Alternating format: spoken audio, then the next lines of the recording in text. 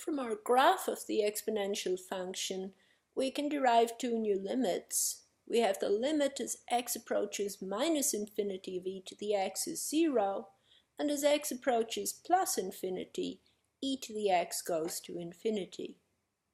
We can use these two new limits to calculate more complicated limits.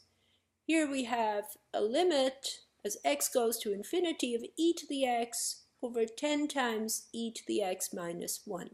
And as it stands, this has an indeterminate form because both numerator and denominator are approaching infinity as x approaches infinity. Now we're going to modify a technique from Calc 1 which we used for rational functions. And there we divided by the highest power of x in either the numerator or the denominator. And we're going to do the same thing here. We're going to divide by the highest power of e to the x that we see in the entire fraction. So the highest power of e to the x, which appears here, is just e to the x to the 1, e to the 1x. We divide both numerator and denominator by e to the x. Now, of course, this means that the function is still the same, and since e to the x is positive, always, we're not dividing by 0 anywhere here.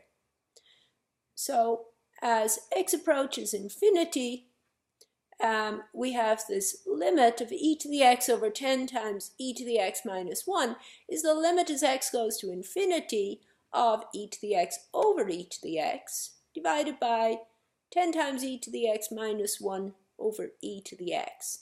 Now we cancel where we can, and we get that this is actually equal to the limit as x goes to infinity of 1 over 10 minus 1 over e to the x.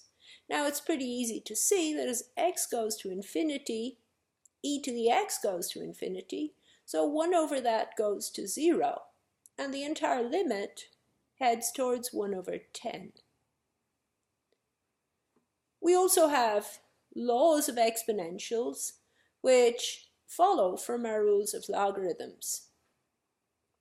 We have e to the x plus y is the product of e to the x and e to the y. E to the x minus y is the quotient of e to the x and e to the y, and e to the x quantity to the power of y is e to the x times y.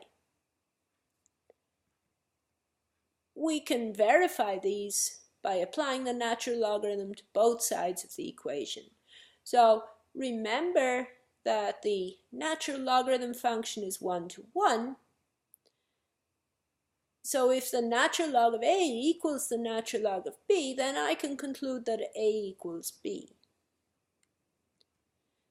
For example, if I want to show that e to the x plus y is e to the x times e to the y, well, that's true if the natural log of the left-hand side equals the natural log of what's on the right-hand side. And we can check if that's true by applying the natural logarithm to both sides. And we have that the natural log of e to the x plus y is just x plus y, because the natural log and the exponential are inverse functions of each other. And on the right-hand side, using laws of the natural logarithm, we have the natural log of e to the x times e to the y is the sum of the natural logs, the natural log of e to the x plus the natural log of e to the y. So checking whether this equality for exponentials is true is the same as checking whether the x plus y equals the natural log of e to the x plus the natural log of e to the y. But of course that is true because the natural log of e to the x is x and the natural log of e to the y is y. So that proves the first equality, and the others can be proved in a similar manner. Well, we can use these laws of exponentials to simplify some expressions, and here's one that we can simplify to a single power of e. We have 3 rules of exponents at our disposal, And we can apply rule number 1 here to the numerator to amalgamate that into a single power.